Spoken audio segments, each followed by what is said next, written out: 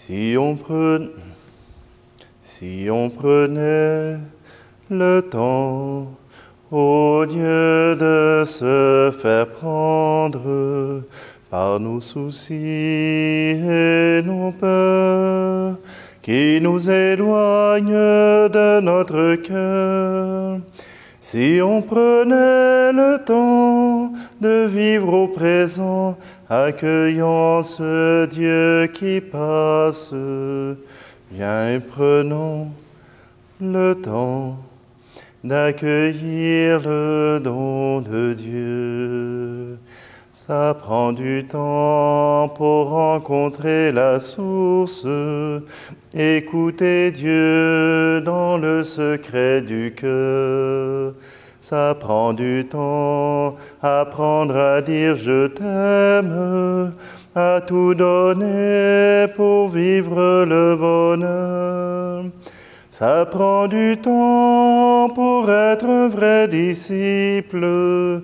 Ça prend pour témoigner le pouvoir de ne rien pouvoir. Si on prenait le temps, au lieu de se faire prendre par nos soucis et nos peurs, qui nous éloignent de notre cœur, si on prenait le temps de vivre au présent, accueillant ce Dieu qui passe, viens et prenons le temps d'accueillir le don de Dieu, d'accueillir le don de Dieu. Nous sommes réunis au nom du Père, du Fils et du Saint-Esprit. Amen. Le Seigneur soit avec vous. Rebienvenue. Aujourd'hui, la fête que toute l'Église proclame, c'est celle de Saint Jean-Marie Vianney. D'autres l'ont connu sous son surnom du curé d'Ars. Durant l'homélie, je vous laisserai en tête-à-tête avec lui, il a une homélie spéciale pour vous. C'est même pas moi qui fais l'homélie aujourd'hui. Et tout simplement, le curé d'Ars, c'est un habitant, un pauvre paysan. Et c'est à l'âge de 20 ans qu'il choisit de commencer à suivre l'éducation, à apprendre à lire et à écrire, à en savoir juste assez pour être capable de savoir les choses spirituelles, les choses de l'Église, les choses de Dieu. Et Jean-Marie Vianney a tellement pas de culture qu'on lui apprend le strict minimum en latin pour qu'il soit capable de dire la messe. Jean-Marie Vianney est un pauvre homme, dénudé de tout pouvoir, sauf qu'il en a un seul que son ami et son protecteur, l'abbé Bellé, a pu découvrir. C'est un saint. Peu importe ce qu'il dira, peu importe ce qu'il fera, c'est déjà un saint. Il a une profonde foi et il veut entrer en relation avec le Seigneur. Et c'est cela qui fait que le saint curé d'Ars arrive dans un village, un hameau. On dit qu'il n'a pas de talent, alors on l'envoie là où il n'y a pas de chrétiens. Tout le monde autour est affairé dans les champs, affairé à toutes sortes de choses, mais personne ne se préoccupe de l'Église et personne ne se préoccupe de celui qui est dans l'Église. Voyez-vous, Saint Jean-Marie Vianney a pris 10 ans à se mortifier, à jeûner, à prier jour et nuit dans cette Église pour qu'un jour les paysans se tournent et se posent la question, mais qu'est-ce qu'il fait? Alors, simplement, pour vous dire que ce n'est jamais le temps de désespérer, mais de continuer de témoigner par notre prière, par notre foi et par nos gestes. Alors simplement aujourd'hui, prions Saint Jean-Marie Vianney, curé d'Ars, patron des curés. Alors donc, prions-le pour les aider à pouvoir être de bons prédicateurs, non pas seulement par les paroles, mais aussi par les gestes et par l'accueil.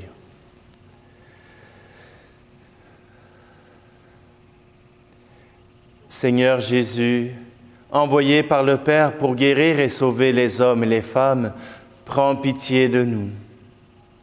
Ô Christ venu dans le monde appeler tous les pécheurs, prends pitié de nous. Seigneur, élevé dans la gloire du Père où tu intercèdes pour nous, prends pitié de nous. Et que Dieu Tout-Puissant nous fasse miséricorde, qu'il nous pardonne nos péchés et nous conduise à la vie éternelle. Amen. Seigneur, prends pitié. Ô Christ, prends pitié.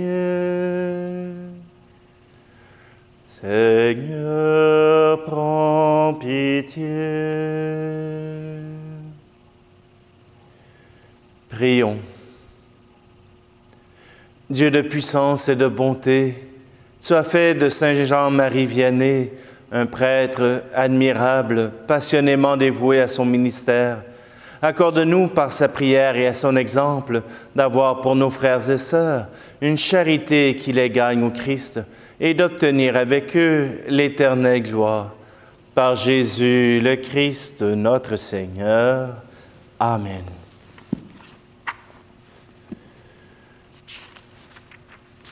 Lecture du livre de Jérémie. Chapitre 30. Parole du Seigneur adressée à Jérémie. Ainsi parle le Seigneur, le Dieu d'Israël. Écris dans un livre toutes les paroles que je t'ai dites.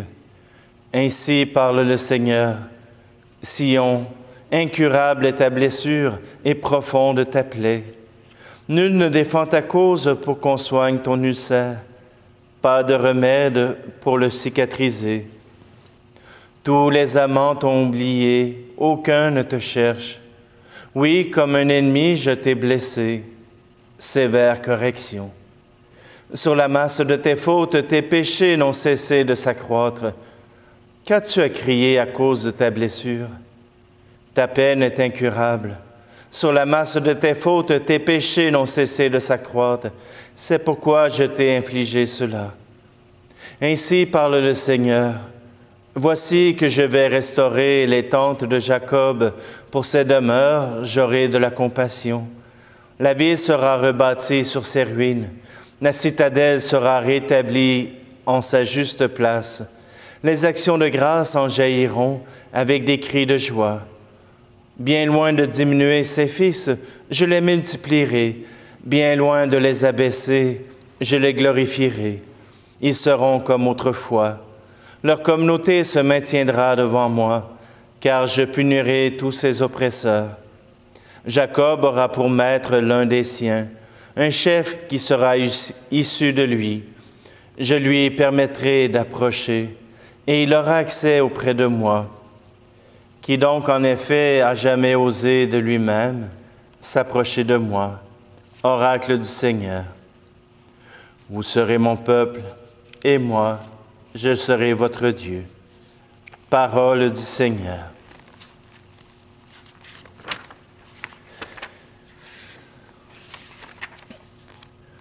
Vous savez, Jean-Marie Vianney n'a jamais bâti son Église sans la volonté du Seigneur et sans son soutien. Alors, je vais reprendre le chant de Robert Lebel, « Si le Seigneur ne bâtit la maison ». Si le Seigneur ne bâtit la maison, vaine est la tâche des maçons. Si le Seigneur ne protège la ville, vaine est la garde des veilleurs. Si le Seigneur ne bâtit la maison, en vain travaillent les maçons. Si le Seigneur ne bâtit la maison, en vain travaillent les maçons. Si le Seigneur ne dispense l'Esprit, vaine est la quête de ses fruits. Si le Seigneur ne soutient notre foi, vaine est l'ardeur de nos combats. Si le Seigneur ne bâtit la maison, en vain travaillent les maçons. Si le Seigneur ne bâtit la maison, en vain travaillent les maçons. Il veillera, le Seigneur ton gardien, sur ta demeure et sur les tiens. Il veillera sur tes nuits et tes jours, sur tes départs et tes retours. Si le Seigneur ne bâtit la maison, en vain travaillent les maçons. Si le Seigneur ne bâtit la maison, en vain travaillent les maçons. Alléluia, Alléluia, Alléluia, Alléluia, Alléluia, Alléluia. Rabbi, c'est toi le Fils de Dieu, c'est toi le Roi d'Israël. Alléluia, Alléluia, Alléluia, Alléluia, Alléluia, Alléluia.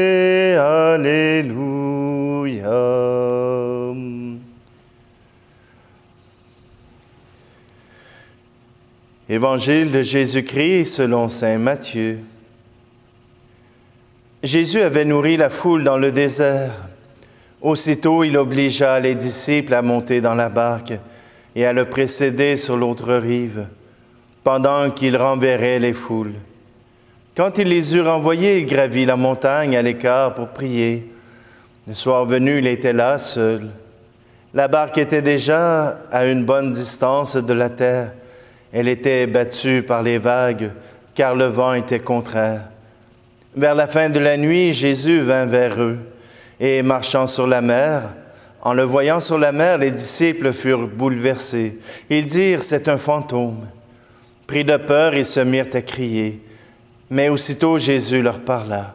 « Confiance, c'est moi, n'ayez plus peur. » Pierre prit alors la parole. « Seigneur, si c'est bien toi, ordonne-moi de venir vers toi sur les eaux. » Jésus lui dit, « Viens. » Pierre descendit de la barque et marcha sur les eaux pour aller vers Jésus. Mais voyant la force du vent, il eut peur, et comme il commençait à enfoncer, il cria, « Seigneur, sauve-moi !» Aussitôt Jésus étendit la main, le saisit et lui dit, « Homme de peu de foi, pourquoi as-tu douté ?» Et quand ils furent montés dans la barque, le vent tomba. Alors ceux qui étaient dans la barque se prosternèrent devant lui et lui dirent, « Vraiment, tu es le Fils de Dieu. » Après la traversée, ils abordèrent à Génézareth. Les gens de cet endroit reconnurent Jésus. Ils firent avertir toute la région et on lui amena tous les malades. Ils le suppliaient de leur laisser seulement toucher la frange de son manteau. Et tous ceux qui le faisaient furent sauvés. Acclamons la parole de Dieu. Je vous avais dit au début que ce serait le curé d'Ars qui ferait l'homélie. Eh bien, j'ai ici un sermon tiré du livre Le curé d'Ars et sa passion, écrit par Lavarande. Mais peut-être pensez-vous qui sont ceux qui sont les plus tentés? Ce sont sans doute les ivrognes, les médisants et les impudiques qui se jettent à corps perdu dans les ordures et l'avare qui prend de toute manière. Non, mes frères, non, ce ne sont pas ceux-là. Au contraire, le démon les méprise ou bien il les retient, craignent qu'ils ne fassent pas assez de mal longtemps, parce que plus ils vivront, plus leur mauvais exemple traîne d'âme en enfer. En effet, si le démon avait pressé fortement ce vieux impudique, qu'il avait abrégé ses jours de 15 ou 20 ans, il n'aurait pas enlevé la fleur de la virginité à cette jeune fille en la plongeant dans le plus infâme bourbier de ses impudicités. Il n'aurait pas encore séduit cette femme, ou il n'aurait pas appris le mal à ce jeune homme qui peut-être le continuera jusqu'à sa mort. Si le démon avait porté ce voleur à piller en toute rencontre, depuis longtemps il serait conduit sur l'échafaud. Si le démon avait sollicité cet ivrogne à se remplir sans cesse de vin, depuis longtemps il aurait péri dans sa crapule, au lieu qu'en prolongeant ses joies, il en a rendu plusieurs semblables à lui. Si le démon avait ôté la vie à ce musicien et à ce teneur de bal, à ce cabaretier dans une battue ou d'autres occasions, combien, qui, sans tous ces gens, ne seraient pas damnés ou qui le seront? Saint Augustin nous apprend que le démon ne tourmente pas beaucoup ces personnes. Au contraire, il les méprise et crache dessus. Mais me direz-vous, qui sont donc ceux qui sont les plus tentés? Mon ami, le voici. Écoutez-le bien. Ce sont ceux qui sont prêts, avec la grâce de Dieu, de tout sacrifier pour le salut de leur pauvre âme, qui renoncent à tout ce que sur la terre on recherche avec tant d'empressement. Ce n'est pas seulement un démon qui les tente, mais des millions qui leur tombent dessus pour les faire tomber dans leur piège. Voici, mes frères, la première tentation que le démon donne à une personne qui a commencé à mieux servir le bon Dieu, c'est le respect humain. Elle n'osera plus paraître. Elle se cache des personnes avec qui elle avait autrefois pris ses plaisirs. Si on lui dit qu'elle a donc bien changé, elle en a honte. Ce qu'en dira-t-on est toujours dans sa tête, de sorte qu'elle n'a plus la force de faire le bien devant le monde. Hélas, mes frères, nous sommes à plaindre si nous ne sommes pas fortement combattus par le démon. Il nous laisse vivre dans une fausse paix.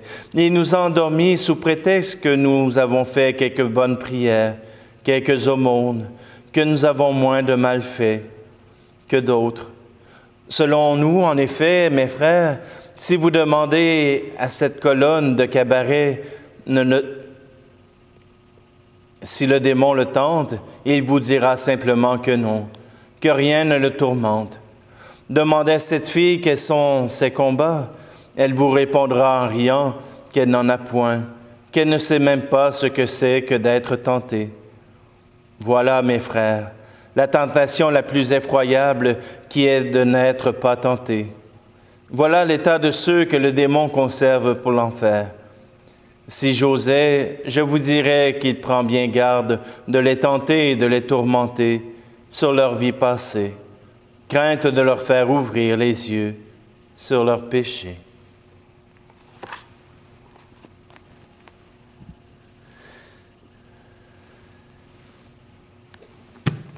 À la suite du curé d'Ars, nous savons maintenant que ne pas être tenté, c'est être mort. Ne pas être tenté, c'est être bon pour l'enfer. Si déjà vous n'avez plus dans votre vie de péché, alors vous savez que vous êtes dans l'erreur. Même les plus grands saints, même Saint Jean-Marie Vianney qui passait près de 18 heures dans l'église à prier, à confesser, même lui se savait pécheur. Alors, oui, tournons-nous avec grâce vers celui qui libère les pécheurs, vers celui qui leur tend la main.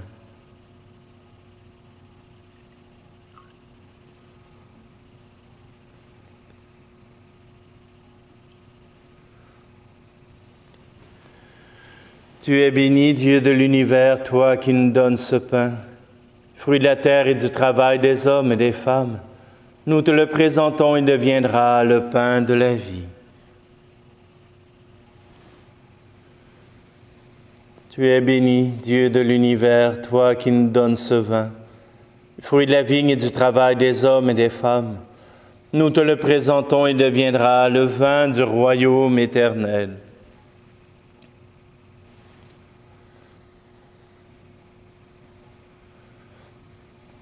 Prions ensemble au moment d'offrir le sacrifice de toute l'Église.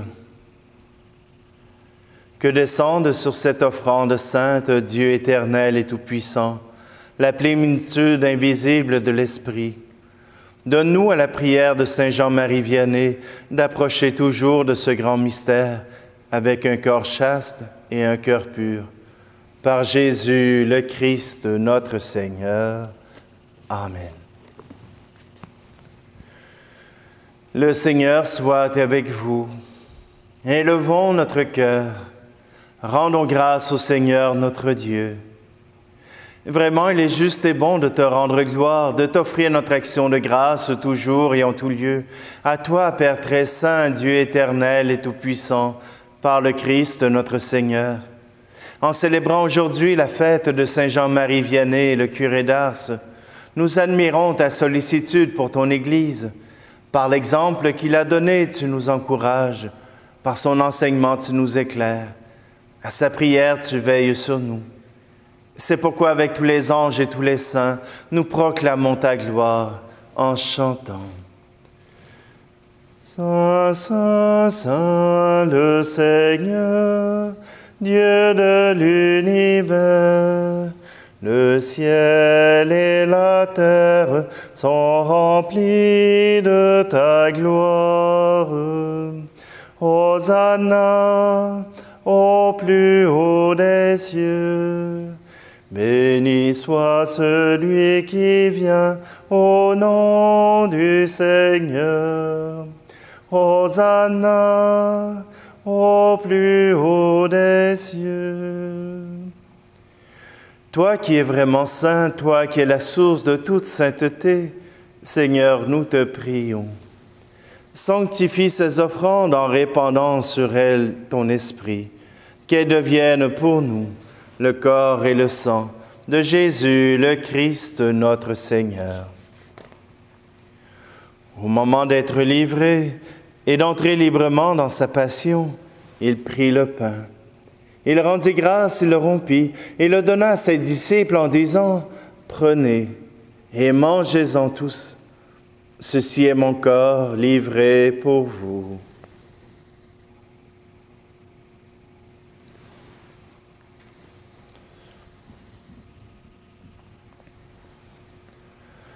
De même, à la fin du repas, il prit la coupe. De nouveau, il rendit grâce et la donna à ses disciples en disant « Prenez et buvez-en tous, car ceci est la coupe de mon sang, le sang de l'alliance nouvelle et éternelle, qui sera versé pour vous et pour la multitude en rémission des péchés. Vous ferez cela en mémoire de moi. »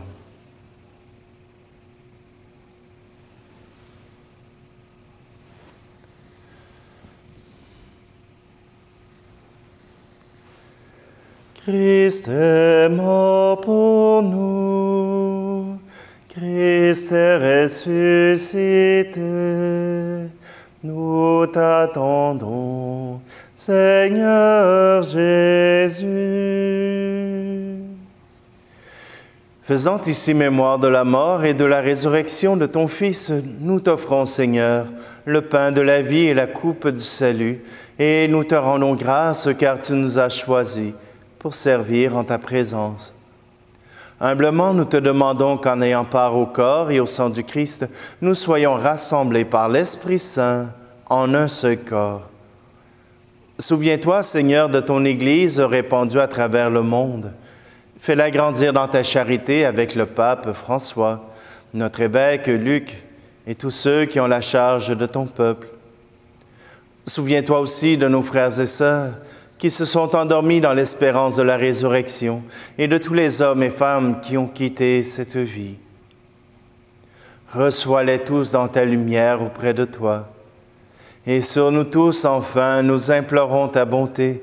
Permets qu'avec la Vierge Marie, la bienheureuse Mère de Dieu, avec Saint Joseph, son époux, les apôtres et les saints de tous les temps qui ont vécu dans ton amitié, nous ayons part à la vie éternelle et que nous chantions ta louange par Jésus-Christ, ton Fils bien-aimé.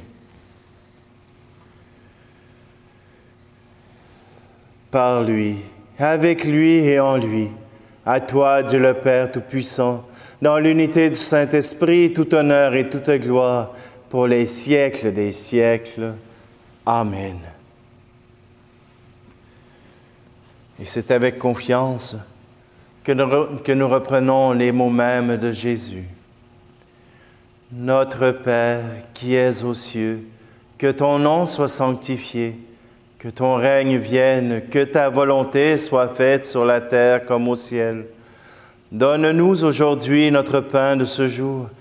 Pardonne-nous nos offenses comme nous pardonnons aussi à ceux qui nous ont offensés. Et ne nous laisse pas entrer en tentation, mais délivre-nous du mal. Délivre-nous de tout mal, Seigneur, et donne la paix à notre temps.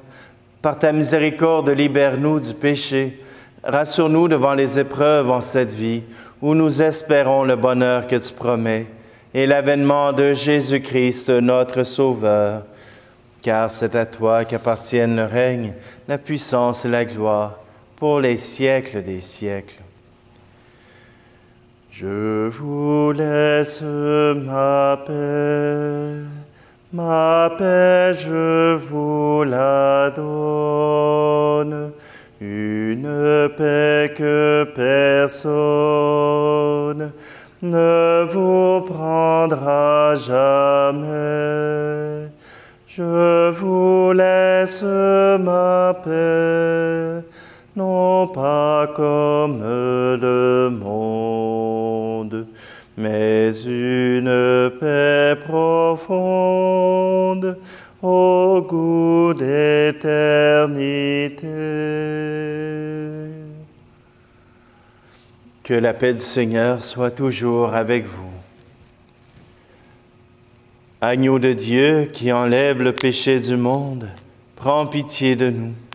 Agneau de Dieu qui enlève le péché du monde, prends pitié de nous. Agneau de Dieu qui enlève le péché du monde, donne-nous la paix.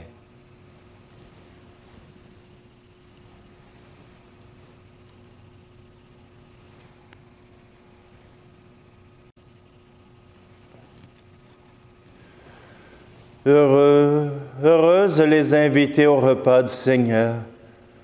Voici Jésus, l'agneau de Dieu qui enlève le péché du monde.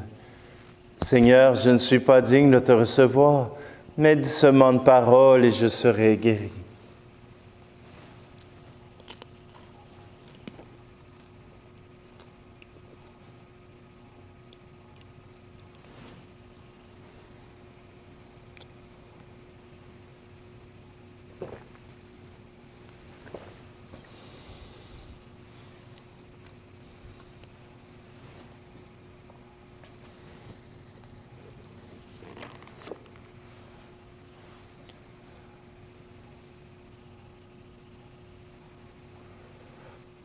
Prions.